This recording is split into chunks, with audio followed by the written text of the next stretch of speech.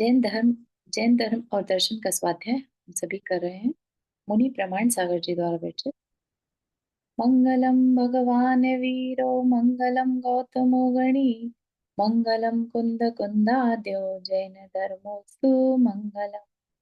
नमो अरिहंतां नमो सेदाणं नमो आयर्याणं नमो उवज्रायणं नमो लोये सवसाहुणम्। पंच परमेष्ठी भगवान की जय। अगले 45 मिनट के लिए सभी प्रकार के पापों का त्याग करके सभी 9 बार नमो का मंत्र पढ़ लें।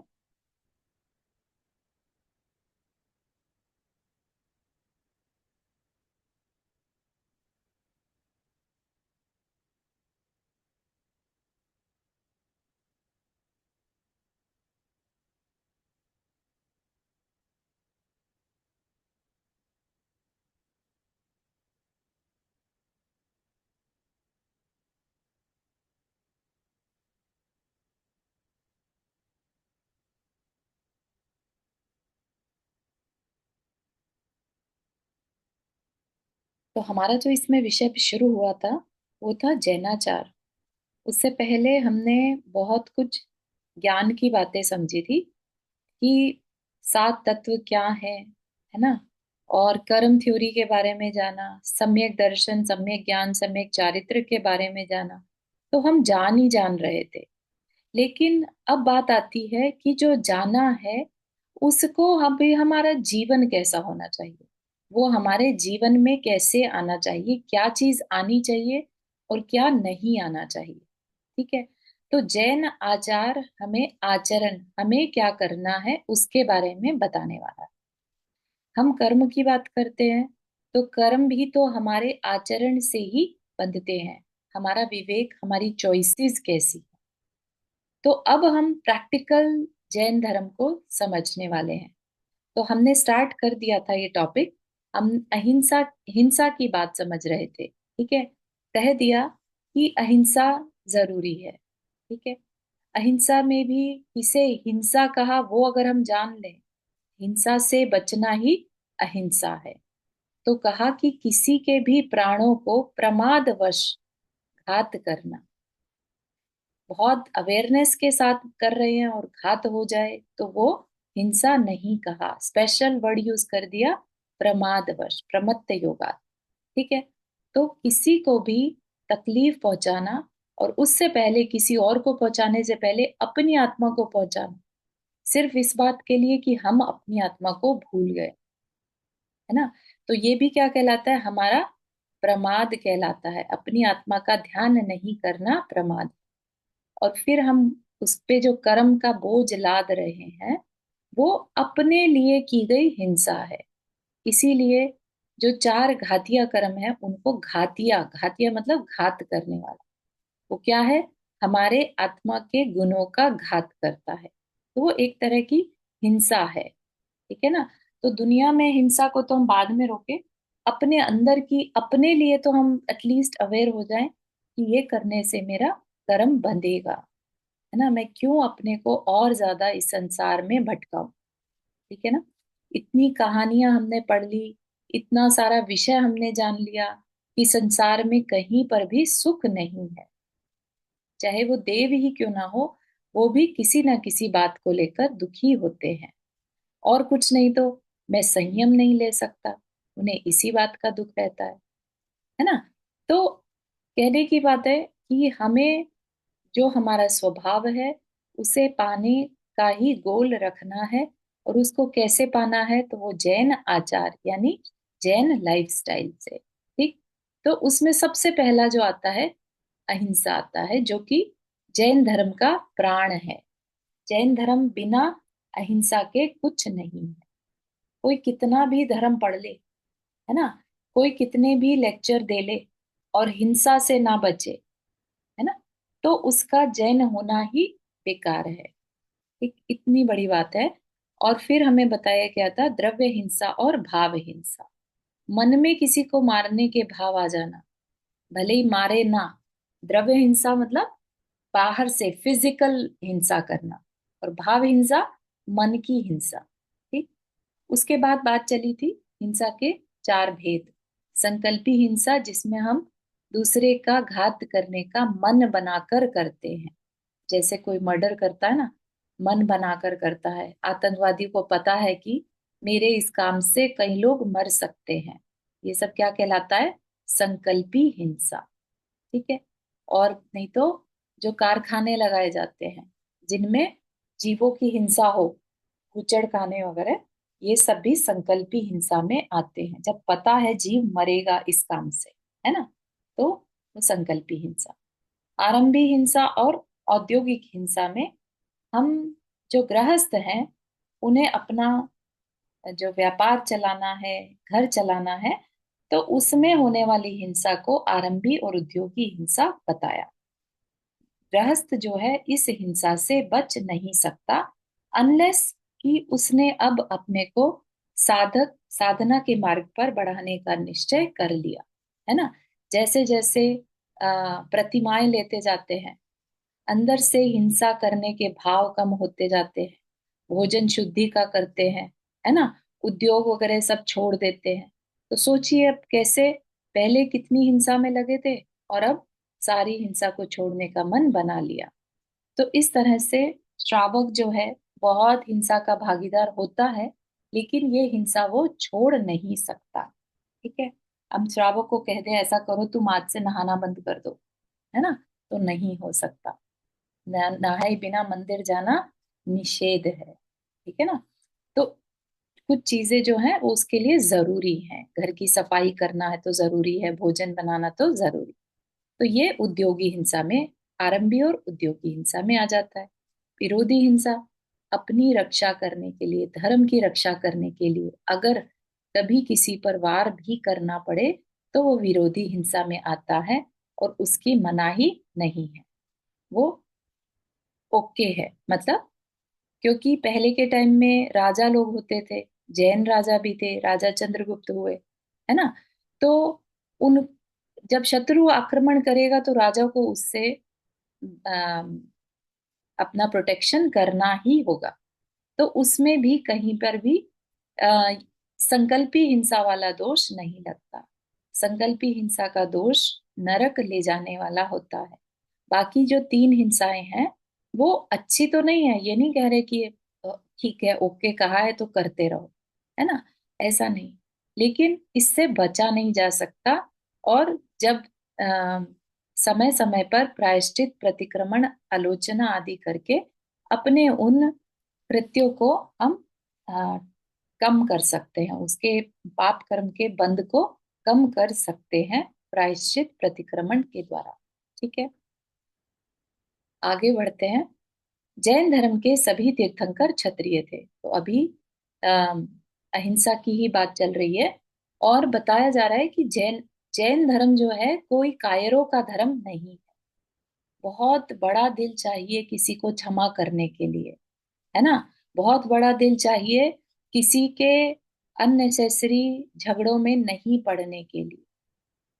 ठीक है ना, अपने आप को उन चीजों से दूर रखने के लिए। ठीक। तो जैन धर्म के सभी तीर्थंकर क्षत्रिय वंशी थे। उन्होंने राष्ट्र की रक्षा एवं स्वेच्छाचारी राजाओं के कुशासन को कुचलने के लिए अपने जीवन में अनेक बार दिग्विजय यात्राएं करके समस्त राष्ट्र को एक सूत्र में बांधा था। दिग्विजय यात्रा करके 6 खंड का राजा बन जाता है कोई भी चक्रवर्ती, तो वो क्या करता है, पूरे राष्ट्र में, पूरे 6 खंडों में एक साम्राज्य, एक अच्छा साम्राज्य स्थापित करता है। ठीक है। मौर्य सम्राट चंद्रगुप्त, मेघवाहन सम्राट खारवेल एवं वीर सेनापति चामुंडराय जैसे अनेक जैन वीर योद्धा हुए। जो तीर्थंकर हैं वो तो पहले की पुरानी बातें हो गई, लेकिन आज के टाइम में भी, आज का टाइम मतलब कुछ सौ कह लीजिए कुछ शताब्दी पहले तक ये राजा भी हुए जो वीर थे, जैन वीर थे। ठीक। जिन्होंने अपने रण कौशल से राष्ट्र की रक्षा कर भारतीय इतिहास को गौरवान्वित किया। और भी चर्चाएं आती हैं जो स्वतंत्रता संग्राम हुआ, है ना, राजा जो अंग्रेजों के अगेंस्ट, तो उसमें भी काफी जैनों ने अपने आप को सरेंडर किया, फांसी पर चढ़े, तो कोई हल्की बात नहीं है। जैन कभी भी पीछे नहीं हटता। हालांकि वो हिंसा नहीं करता, लेकिन अपने कर्तव्य के लिए पीछे भी नहीं हटता। ठीक है, ये बताना चाह रहे हैं ताकि हमारे अंदर बहुमान आए कि हम जैन हैं तो हमारी वैल्यूज हैं, हम वैल्यूज पर जीने वाले हैं। ठीक। जैन धर्म उन क्षत्रियों का धर्म था जो युद्ध स्थल में दुश्मन का तलवार से सामना करना जानते थे और क्षमा करना भी जानते थे। जैन धर्म के अनुसार अपने अस्तित्व और स्वाभिमान की रक्षा के लिए अस्त्र उठाना अपराध नहीं, धर्म है। उनकी लड़ाई न्याय के लिए न्यायपूर्वक होती थी। जैन राजनीति के व्याख्याता आचार्य सोमदेव सूरी ने इसी बात को स्पष्ट करते हुए कहा कि रणांगन में, रणांगन मतलब वॉरफील्ड, अस्त्र शस्त्रों से सुसज्जित शत्रु तथा देशद्रोही व्यक्ति पर ही राजागण अपने शस्त्र का प्रहार करते हैं, न कि कमजोर निहत्थे कायरों और सदाशयी निरपराध पुरुषों पर। जैसे कि महिलाएं हो गई, बच्चे हो गए, कमजोर हो गए, निहत्थे हो गए, है ना, उन पर वार नहीं करते। अस्त्र शस्त्र से सुसज्जित होकर रणांगन में जो शत्रु बनकर आया हो या अपने देश का दुश्मन बनकर आया हो, राजागण उसी पर अपने अस्त्र का प्रहार करते हैं। जैन राजनीति का यही आधार है। तो राजनीति ये नहीं कि मेरे को सब कुछ मिल जाए, मैं सब पे कंट्रोल करूं, है ना। राजनीति क्या, सब तरफ शांति हो। अगर कहीं पर दुश्मन है तो उनको छोड़कर बाकी सबसे प्रेम प्रीति के साथ रहना, न्यायपूर्वक रहना। ठीक। और युद्ध में भी न्यायपूर्वक युद्ध करना, इससे अहिंसा खंडित नहीं होती। तो हिंसा की बात समझ में आ रही है। हिंसा किसी के खाली मर जाने से हिंसा नहीं है, है ना, उसके पीछे भाव क्या है। इसीलिए जैन धर्म को क्या कहा, भावना प्रधान। ठीक है। हिंसक भी शत्रु से युद्ध करता है और अहिंसक भी। दोनों के द्वारा युद्ध में भीषण नरसंहार होता है। फिर भी हिंसक निर्दयी और अहिंसक दयालु ही बना रहता है, क्योंकि वह अपने इस कृत्य पर प्रसन्न नहीं होता। वह सिर्फ हिंसा के लिए हिंसा का रास्ता नहीं अपनाता, अपितु परिस्थितियों के कारण उसे हिंसा करनी पड़ती है। हिंसक और अहिंसक की मानसिकता में महान अंतर होता है। हिंसक के अंदर है आक्रमण, अहिंसक के अंदर है केवल रक्षा। हिंसक के हृदय में रहता है द्वेष और अहिंसक के हृदय में रहती है क्षमा, है ना। तो जो अम, एक एग्जाम्पल आता है रत्नकरण चावकाचार में भी, एक सूकर का, है ना। एक मुनि महाराज गुफा में तपस्या कर रहे थे और उस सूकर ने देखा कि एक सिंह जो है मुनि महाराज पर आक्रमण करने के लिए आ रहा है। तो सूकर ने अपनी जान की परवाह न करते हुए उस शेर के साथ भिड़ंत करी। हालांकि मर गया, लेकिन मरकर देवगति को प्राप्त हुआ। ठीक है। अगर ये हिंसा होती कि किसी पर आक्रमण कर देना, है ना, खाली उसी से हमें पाप कर्म बंध जाए, तो ऐसा नहीं है। उसके पीछे भाव क्या है ना। तो कहा ना, धर्म की रक्षा के लिए अगर किसी का वध करना पड़ता है या किसी को नुकसान पहुंचाना पड़ता है, तो वो हिंसा की कैटेगरी में नहीं आता। हिंसक को अपने द्वारा किए गए नरसंहार को देखकर हर्ष होता है, तो अहिंसक को होता है पश्चाताप। अपनी इसी मनस्थिति के कारण गृहस्थ अपनी छोटी मोटी अपरिहार्य हिंसाओं के होने पर भी अहिंसक बना रहता है। ठीक है। तो पश्चाताप करता है अंदर से, और गृहस्थ अपरिहार्य मतलब जिन्हें हम दूर नहीं कर सकते, जो करनी ही पड़ती हैं, जो करनी पड़े हिंसा, वो अपरिहार्य हिंसा के होते हुए भी गृहस्थ को क्या कहा, अहिंसक कहा। ठीक है। परंतु वह हिंसक नहीं है। हिंसा वह करना नहीं चाहता, उसे करनी पड़ती है। इससे यह भी स्पष्ट हो जाता है कि अहिंसा कायरता नहीं है। जीवन से पलायन भी अहिंसा का उद्देश्य नहीं है। अहिंसा तो व्यावहारिक जीवन को संतुलित बनाकर स्व और पर के घात से बचने का उपाय है। स्व का घात बता दिया अभी, आत्मा को जो हम तकलीफ पहुंचाते हैं नए नए कर्म बांध कर, तो वो स्वघात है। ठीक है। और पर का घात दूसरे को जो तकलीफ पहुंचाते हैं वो पर का घात। तो अहिंसा क्या है? व्यवहारिक जीवन, यानी हमारा डे टू डे की जो लाइफ है उसमें बस हमें क्या करना है, स्व और पर के घात से बचने का नाम ही अहिंसा है। अहिंसा कायरता नहीं, अपितु मानव में मानवता को प्रतिष्ठित करने का अनुष्ठान है ना। बहुत सुंदर लग रहा है सब पढ़ने में कि कितना डीप है, हम जिस धर्म से बिलोंग करते हैं उसमें कितनी डेप्थ है और कितना उसका ब्रॉडर विजन है। ठीक है ना। तो हम बड़ी नजरिए से उसको देखें और समझें। ठीक। फिर है पांच व्रत। पांच व्रत कह लीजिए, हिंसा के बारे में हमने बात करी, राइट। पांच व्रतों के बारे में बात करें, क्या कह रहे हैं? जैनाचार में अहिंसा के अनुपालनार्थ, अनुपालन मतलब अहिंसा को पालन करने के लिए क्या करना? पांच व्रतों को ग्रहण करना, है ना।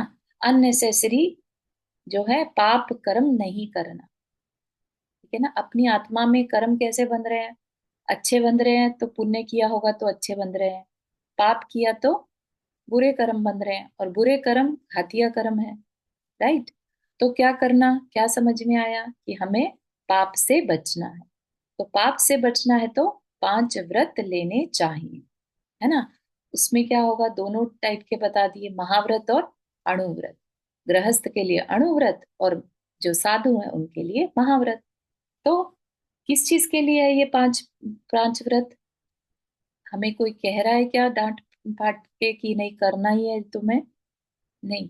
हम अपने अहिंसा लाइफस्टाइल के पालन के लिए इन पांच व्रतों को ग्रहण करते हैं, ताकि अननेसेसरी, नेसेसरी तो करनी पड़ रही है लेकिन अननेसेसरी हिंसा से हम बच सकें।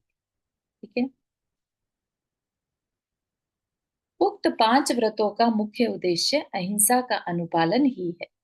जैसे खेत की फसल की सुरक्षा के लिए उसके चारों ओर बाड़ लगाई जाती है, वैसे ही सत्य आदि अहिंसा की रक्षा के लिए लगाई जाने वाली बाड़ की तरह है।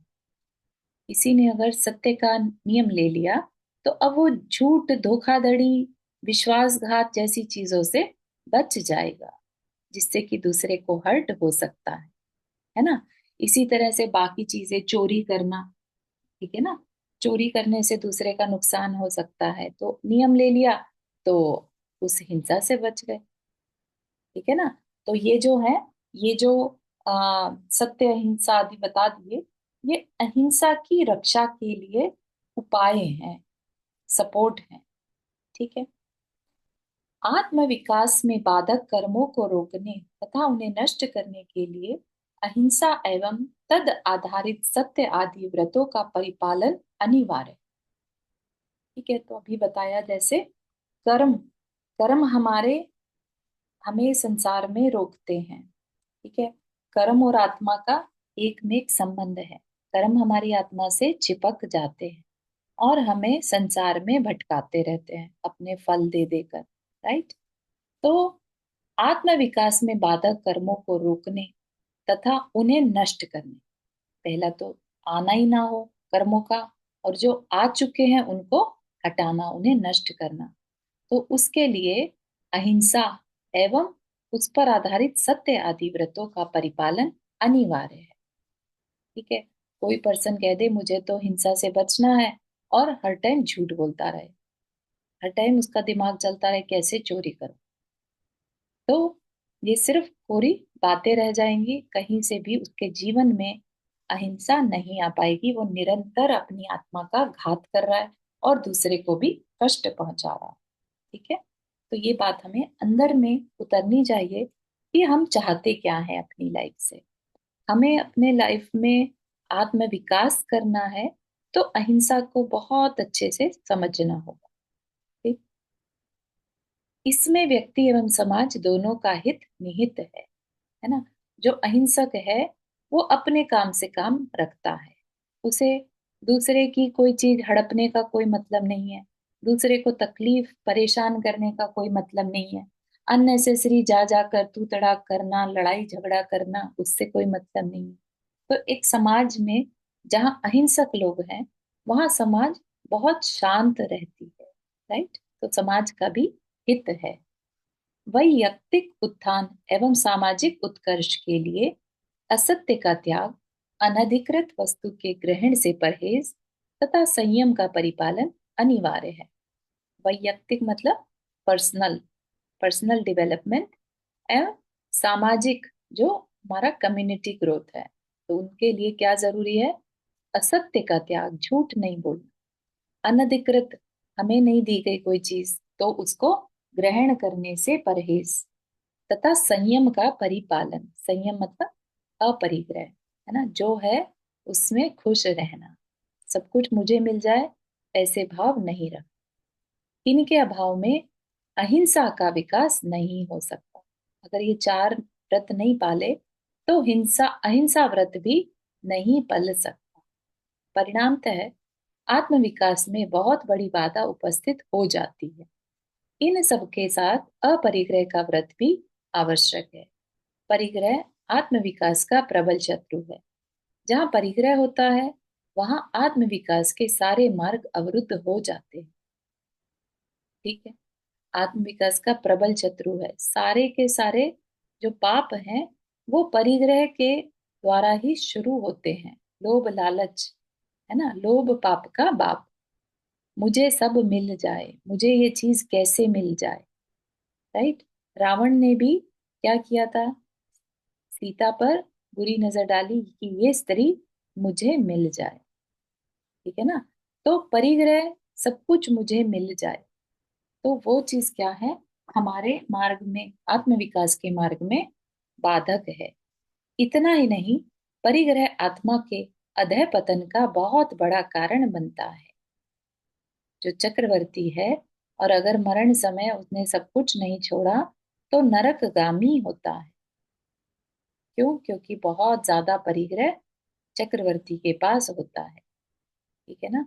तो बहुत ज्यादा बहुआरंभ बहु परिग्रह नरक गति का कारण बताएं। ठीक है? तो बहु परिग्रह, ऐसा अपना घर का काम चलाने लायक परिग्रह को नहीं मना किया जा रहा है, लेकिन बहुत ज्यादा परिग्रह करना जितनी की जरूरत भी नहीं है ना। अपन भले ही कहते हुए पाए जाते हैं कि पहले तो टाटा बिरला कहते थे, आजकल शायद अडानी अंबानी बोलते होंगे, है ना। तो उनके जैसा उन कितना पैसा है, अथाह पैसा है, लेकिन उस पैसे का अगर उन्होंने सदुपयोग नहीं किया तो वो बहुत बड़ा उनके अधोगति जाने का कारण बन सकता है। ठीक है? अभी नहीं कह रहे हम बनेगा ही बनेगा, लेकिन बन सकता है अगर मरण समय उन्होंने उससे राग को नहीं छोड़ा। ठीक है ना? और अभी भी अगर वो गलत तरीके से कहीं से भी पैसा इकट्ठा करते चले जा रहे हैं और उसका सही सदुपयोग नहीं कर रहे हैं तो भी वो निरंतर नरक आयु का, नरक गति का बंध करते। ठीक है ना? यह आसक्ति से बढ़ता है तथा आसक्ति को बढ़ाता है। इसी का नाम मूर्छा है। मूर्छा परिग्रह। मूर्छा मतलब एक पागलपन, जैसे कहते हैं ना, क्रेज, क्रेजी पर्सन होता है ना, कि बस मुझे तो कमाना है, कमाए जा रहे हैं, कमाए जा रहे हैं, कमाए जा रहे हैं, पता ही नहीं है कि क्यों कमा रहे हैं, बस कमाना है, मजा आ रहा है ना। खूब चीजें इकट्ठी करे चले जा रहे हैं, तो ये सब क्या है? ये मूर्छा है। जो जो परिग्रह अधिक बढ़ता है त्यों त्यों आसक्ति बढ़ती जाती है। जितनी अधिक आसक्ति बढ़ती है उतनी ही अधिक हिंसा बढ़ती है। यही हिंसा मानव समाज में वैषम्य उत्पन्न करती। ठीक? क्या होगा? जितना ज्यादा हम इकट्ठा कर रहे हैं तो वो कहीं ना कहीं किसी का कम हो रहा है। जो गैप बढ़ता जाता है अमीर और गरीब का, वो इन्हीं कुछ लोगों के कारण होता है जो सारी वेल्थ को अपने पास समेट लेते हैं। तो दुनिया में गरीबों की संख्या बढ़ जाती। इसी से मनुष्य का आत्म पतन भी होता है। अपरिग्रह वृत्ति अहिंसा मूलक सम्यक आचार के परिपालन के लिए अनिवार्य है। बहुत ज्यादा परिग्रह करके रखने से फिर उसकी सुरक्षा का भाव, है ना, फिर सारा दिन उसी में ध्यान रहना, तो वो हमारे आत्मविकास में कभी भी हेल्प नहीं करेगा। हमेशा कारण बनेगा हमें रोकने में, संसार में ही रोकने में कारण बनेगा, क्योंकि सारा टाइम ध्यान उसी तरफ है। मुख्य रूप से समाज में बैर विरोध बढ़ाने वाली वृत्तियों के नियंत्रण के लिए ही उक्त व्रतों की व्यवस्था दी गई है।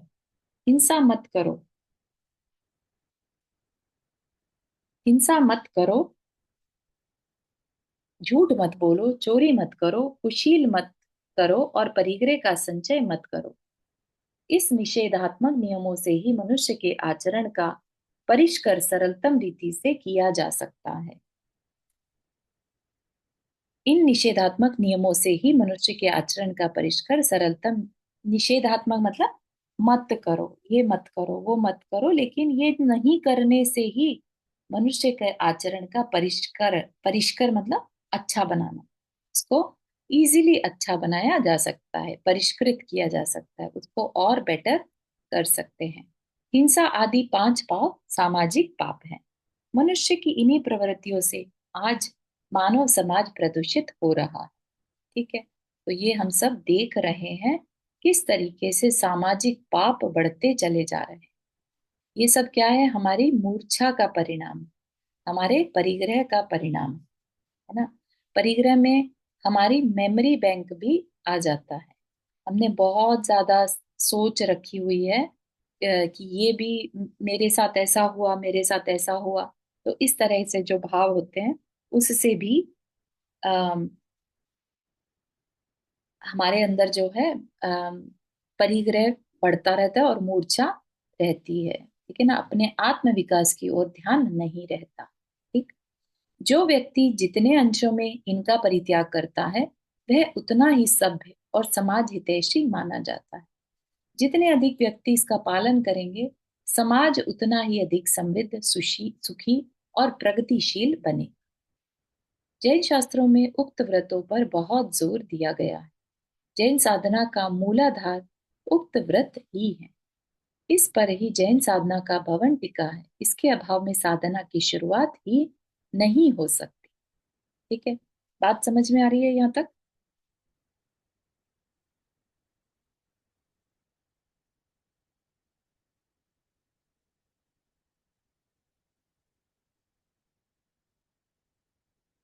हम्म, ठीक है, यहाँ हाँ तक के चारों चीज हाँ समझ में आ रही है। हाँ है ना।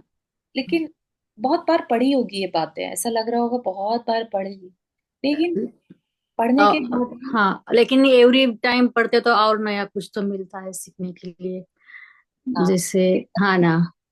है ना, हमें ये इसको कहा क्यों जा रहा है, क्या मूर्छा क्यों बोला इसको? सॉरी क्या? मूर्छा क्यों बोला इसको? मूर्छा मतलब जब हमें, आप आपको कैसे बताएं कि लेट लोगों के पास जब पैसा आना शुरू होता है, ठीक है, पैसा का स्रोत लेट से बढ़ रहा है, रिसोर्स से जहां से आ रहा था पैसा बढ़ रहा है, अब वो बढ़ रहा है तो एक तरह की मूर्छा आ जाती है। हमें ये ध्यान ही नहीं रहता कि हमें चाहिए कितना था, बस आने दो। किस गलत तरीके से आ कहाँ रहा से पता आ नहीं रहा है, चलता। कैसे आ रहा है, कोई मतलब नहीं, बस आने दो। हाँ ये जो अपना भाव है ना, ये मूर्छा का भाव कहलाता है, जिसमें हमें रियलिटी, अपना गोल, सब कुछ भूल जाते हैं। ठीक है, तो मूर्छा परिग्रह है, और परिग्रह सब चीज का पाप का बाप वाह। हाँ, है। ठीक है? Thank you. उक्त 5 व्रतों के परिपालन के लिए व्रतों के 2 स्तर स्थापित किए गए हैं। प्रथम है साधु मार्ग और द्वितीय श्रावक मार्ग या गृहस्थ मार्ग। इन्हें क्रमशः साधु धर्म और श्रावक धर्म भी कहते हैं। साधु मार्ग निवृत्ति मूलक है। निवृत्ति मतलब छोड़ने वाला। साधु हम ही में से गृहस्थी होते हैं, लेकिन जब उन्हें रियलाइज होता है कि संसार में कहीं सुख नहीं है, तो वो सोचते हैं कि ये भोग तो बहुत बार भोग लिए, अब छोड़ो इन्हें, अब भोग नहीं भोगना। तो भोगों को छोड़ना ही निवृत्ति मार्ग कहलाता है, कि सब छोड़ दिया। इतनी बार भोग भोग लिए, अनंत काल से भोग रहे हैं, तब भी कल्याण नहीं हुआ, इसी संसार में घूम रहे हैं। कभी तो अवेयरनेस आ जाए अभी सही माहौल मिल गया, अच्छे गुरु मिल गए, तो क्यों नहीं निवृत्ति को भी ट्राई करके देखें। ठीक है ना। तो जो गृहस्थी में लगा है वो श्रावक, और जो निवृत्ति मार्ग पर है वो साधु। हिंसा, झूठ, चोरी, कुशील और परिग्रह रूपी पांचों पाप के परिपूर्ण त्याग से यह प्रारंभ होता है। साधना का राजमार्ग यही है, क्योंकि उक्त पांचों पाप ही हमारे आत्म विकास के सबसे बड़े अवरोधक हैं। ठीक है। तो हिंसा, झूठ के पांचों पाप का पूरी तरह से त्याग से यह प्रारंभ होता है। साधना का राजमार्ग मतलब जो मार्ग बताया वो यही। तो पांचों पाप से ही हमारा जो रास्ता है वो शुरू होता है। ठीक है।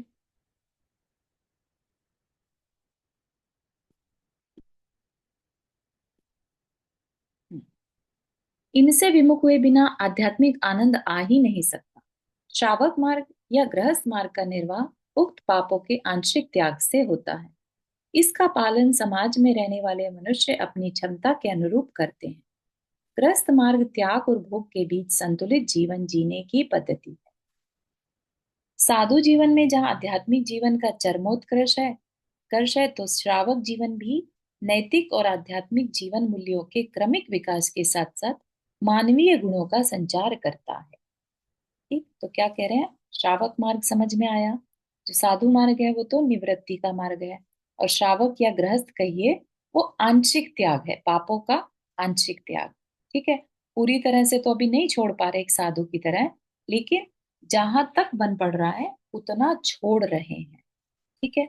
तो इतना लाइफस्टाइल तो हमें रखना ही चाहिए, जितना जरूरी नहीं है छोड़ते जाओ। हम नॉनवेज नहीं खाते तो उसका त्याग है ना। वो हमारा क्या है, आंशिक त्याग कहेंगे, पापों का आंशिक त्याग, हिंसा का आंशिक त्याग। ठीक है ना। गृहस्थ मार्ग त्याग और भोग के बीच संतुलित जीवन जीने की पद्धति है। तो क्या है, त्याग भी करता है जितना कर सकता है, और साथ साथ भोग भी भोगता है। ठीक है, ये क्या है, गृहस्थ मार्ग। ठीक। तो ये संतुलित जीवन जीने की पद्धति है। साधु जीवन में जहाँ आध्यात्मिक जीवन का चरमोत्कर्ष है, तो साधु जीवन क्या है, आध्यात्म यानी स्वयं को पाने का तरीका। राइट। साधु क्या करता है, निवृत्ति मार्ग पर क्यों चला गया, भोगों को छोड़कर किस चीज को पाने लगा, अपने को पाने में। राइट। तो वो आध्यात्मिक जीवन जीना चाहता है, जी रहा है। और श्रावक जीवन, वो क्या कर रहा है, वो भी नैतिक और आध्यात्मिक जीवन मूल्यों के क्रमिक विकास, धीरे धीरे, अभी एकदम से नहीं कर पा रहा है, लेकिन जितना जीवन जिएगा नैतिक रूप से, एथिकल, है ना, किसी को धोखा नहीं देना, झूठ नहीं बोलना, चोरी नहीं करना, विश्वासघात नहीं करना, हिंसा नहीं करना, कुशील नहीं करना, है ना। तो ये सब चीजों को छोड़कर वो भी अपना एक नैतिक और आध्यात्मिक जीवन मूल्यों के साथ ना, ऐसी वैल्यूज के साथ अपना विकास क्रमिक करता है, धीरे धीरे करता है। तो उसके अंदर ह्यूमन वैल्यूज जो है वो रहती है। ठीक है। तो जैन श्रावक जो होगा उसके अंदर कह सकते हैं एथिकल होगा, वैल्यूज वाला होगा। ठीक है। आज की डेट में आ, कुछ ऐसे भी लोग पाए जाते हैं जो जैन होकर भी धोखाधड़ी करने में लगे हैं। वो एक तरह से जैन धर्म को ना तो जानते हैं, वो क्या पाए हैं, उन्होंने क्या पाया है, और उनकी वजह से जैन धर्म पर आंच आ रही है, धब्बा लग रहा है ना। तो सब जगह पर जैसा होता है ना कि अम, सफेद चादर पर एक निशान भी खटकता है ना, ऐसे ही कुछ लोग जैन कुल में जन्म लेने के बाद भी बेहिसाब धोखाधड़ी में लगे हैं। तो ऐसे जीवन से बचना। ठीक है। हम और कुछ नहीं कर सकते, तो हम नैतिक मूल्यों के साथ जीवन को जिए, मानवीय गुणों के साथ। ठीक, ह्यूमैनिटी तो हो हमारे अंदर, धोखाधड़ी के साथ तो ना जिए। है ना। तो उस चीज से हमें बहुत सावधानी रखनी, क्योंकि जैन कुल मिलना कोई आसान बात नहीं है। बहुत तीव्र पुण्य किया होगा तब जाके जैन कुल मिला। वो लोग जो सिर्फ नाम के जैन हैं, जिन्होंने कभी स्वाध्याय नहीं किया, जिन्हें रियल धर्म का मतलब नहीं मालूम, है ना, उनके बेचारेपन पर सिर्फ दया आ सकती है कि क्या मिला था और उन्होंने उसका मिसयूज कर दिया। साधु धर्म व्यक्ति को आत्म केंद्रित बनाकर पूर्ण निवृत्ति का मार्ग प्रशस्त करता है। ठीक है, आत्म केंद्रित अपने पर ध्यान देता है। और श्रावक क्या करता है? नैतिक और धार्मिक गुणों का आरोपण कर एक श्रेष्ठ इंसान बनता है। ठीक है, तो हम जैनाचार का पालन करके अपने एक रिच लाइफस्टाइल, रिचनेस जो है, लग्जरीज की रिचनेस नहीं, वैल्यूज की रिचनेस, उसकी सोच, बड़ी सोच हो। ठीक है ना, सादा जीवन, उच्च विचार, ये एक जैन का लाइफस्टाइल है। ठीक है ना। फिर ये नहीं कह रहे कि पैसा आना बुरी बात है, पैसा आए, पुण्य है तो पैसा आएगा, लेकिन अपने विचार उच्च होने चाहिए, नो मैटर कैसी भी कंडीशन हो। ठीक है। समस्त जैनाचार श्रावकाचार या गृहस्थाचार तथा श्रमणाचार या साध्वाचार के रूप में विभाजित है। तो दो ही विभाजन है क्या? श्रावक और श्रमण, गृहस्थ या साधु। ठीक है, अगले अध्याय में क्रमशः इनके स्वरूप का पूर्ण विचार करेंगे। ठीक, तो स्टार्टिंग करते हैं श्रावकाचार से। ठीक है, तो जैन कुल में अगर कोई है तो दो ही प्रकार के होंगे। कौन दो होंगे?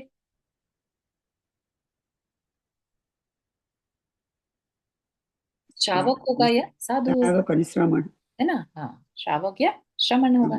ठीक, तो श्रावक का अर्थ क्या है, उसके भेद क्या है? पाक्षिक श्रावक, अष्टमूढ़ गुण, नैष्ठिक श्रावक, 11 प्रतिमाएं और साधक श्रावक। श्रावक कब तक है? जब तक घर में है। ठीक है ना। तो घर में एक बिल्कुल ही कभी धर्म को ना जानने वाला भी पर्सन हो सकता है, और एक जो पूरी तरह से अवेयर है वो भी हो सकता है। ठीक है ना। तो हमें पता रहना चाहिए कि हमारे पास पॉसिबिलिटीज क्या हैं, उसके लिए बताया जा रहा है श्रावकाचार। ठीक,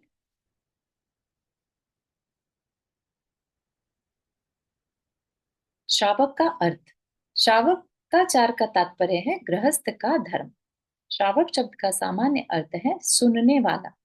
जो गुरुओं के उपदेश को श्रद्धा पूर्वक सुनता है वह श्रावक। श्रद्धा हो जिसमें, जो देवशास्त्र गुरु पर श्रद्धान करे, या मेरे अच्छे के लिए कुछ कहा जा रहा है इस पर श्रद्धान करे, है ना, तो ये क्या कहा जाएगा? श्रावक। श्र से श्रद्धा, व से विवेक और क से कर्तव्य। इस प्रकार श्रावक का अर्थ करते हुए कहा गया कि जो श्रद्धालु है, विवेकी है और साथ साथ कर्तव्यनिष्ठ है, वह श्रावक है। ठीक है, तो गुरु ने कुछ कहा, शास्त्र में ये कहा, तो मुझे मानना है। ठीक है, मेरे लिए क्या अच्छा है, क्या गलत है, क्या पाप है, क्या पुण्य है, ये सोच विचार होना विवेक है। राइट। और इतना विवेक होने के बाद वैसे ही एक्शन को लेना कि मेरा कर्तव्य क्या है। तो जो इस तरह की तीनों चीजों का पालन करे वो श्रावक। श्रावक के अर्थ में उपासक, सागार, देशव्रत, अणुव्रती आदि अनेक शब्द आते हैं। सबको श्रावक की कैटेगरी में दिया है। गुरु की उपासना करने वाला होने से उसे उपासक, आगार यानी घर सहित होने से सागार, गृहस्थ तथा अणुव्रतधारी होने से अणुव्रती, और देशव्रती या देश संयत कहा जाता है।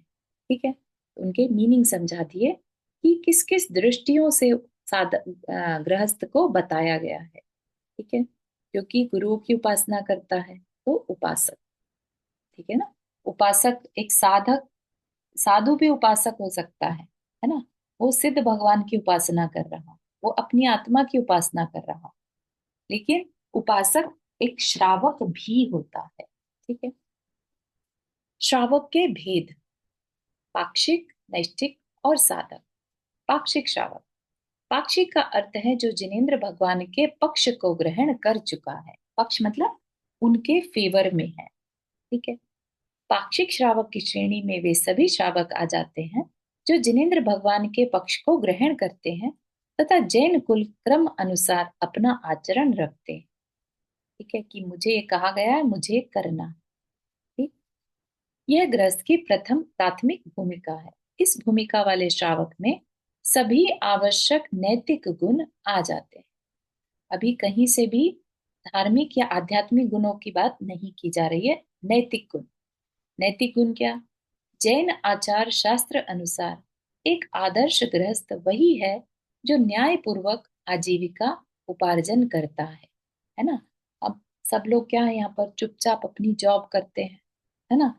कोई छोटा मोटा बिजनेस भी करता हो तो उसमें भी बड़ी सावधानी पूर्वक, बहुत सच्चाई के साथ जॉब बिजनेस करते हैं। तो ये क्या है? नैतिक गुणों का पालन कर। गुणी पुरुषों एवं गुणों का सम्मान करता है, हितकारी और सत्यवाणी बोलता है। ठीक है ना।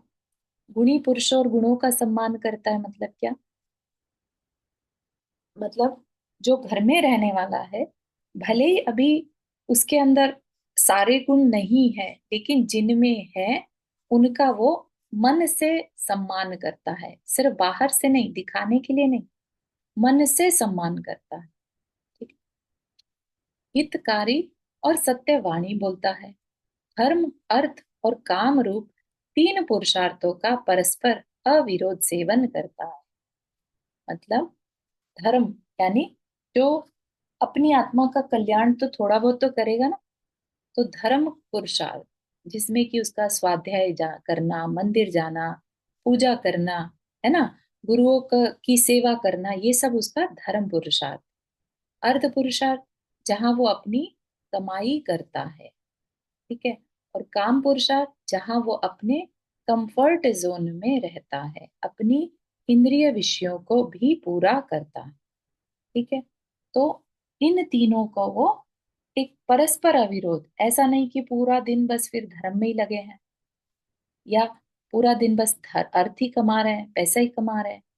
नहीं, सब में, तीनों में बैलेंस बनाकर चलता है। इन पुरुषार्थों के योग्य स्त्री भवन आदि को धारण करता है।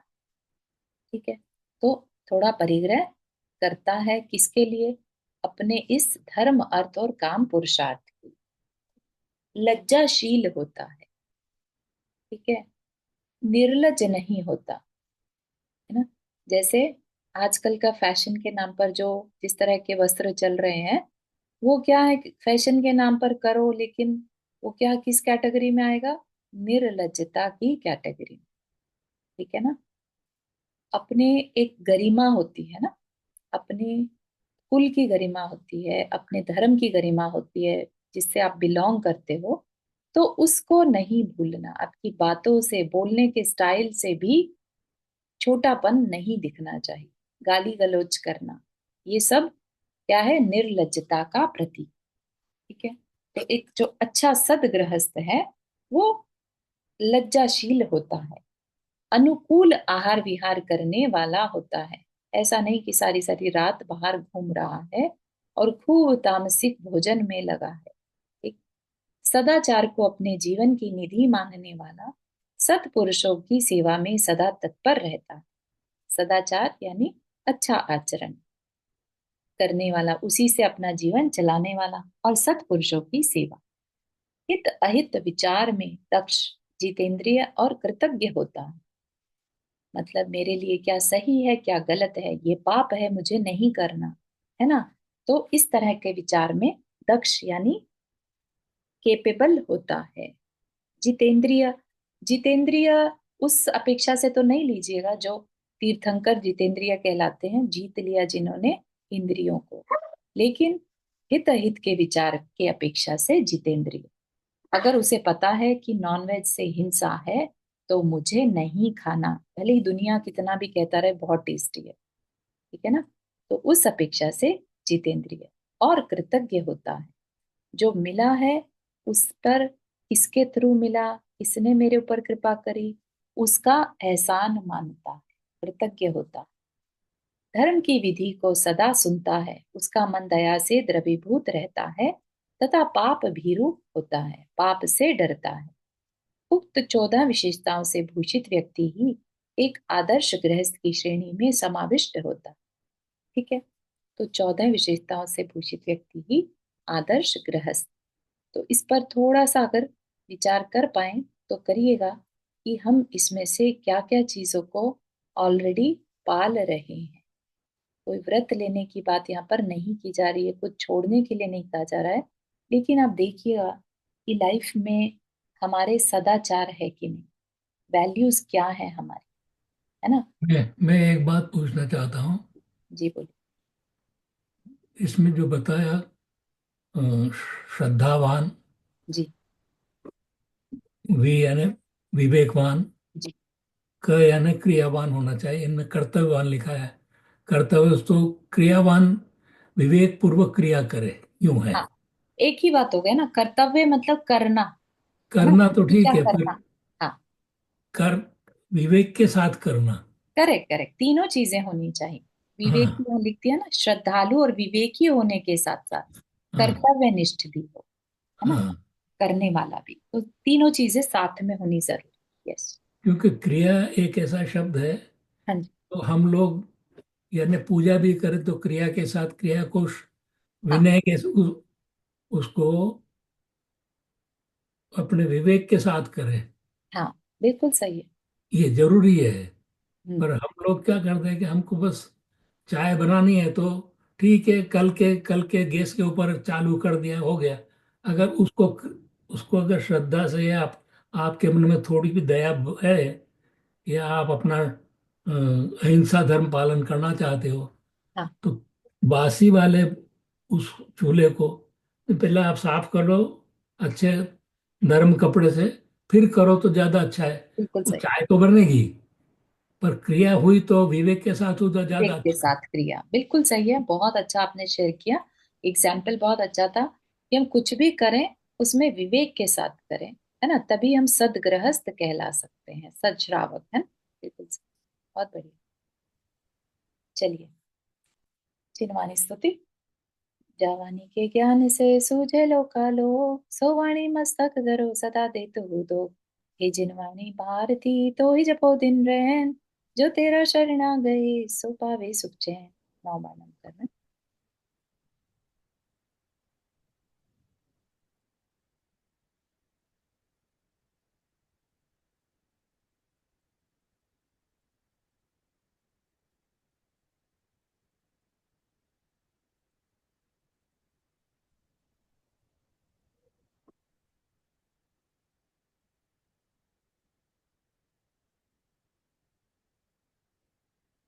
सभी को जय जिनेन्द्र। जय जिनेन्द्र। हो जाएगा। जय जिनेन्द्र सभी को। जय जिनेन्द्र। जय जिनेन्द्र।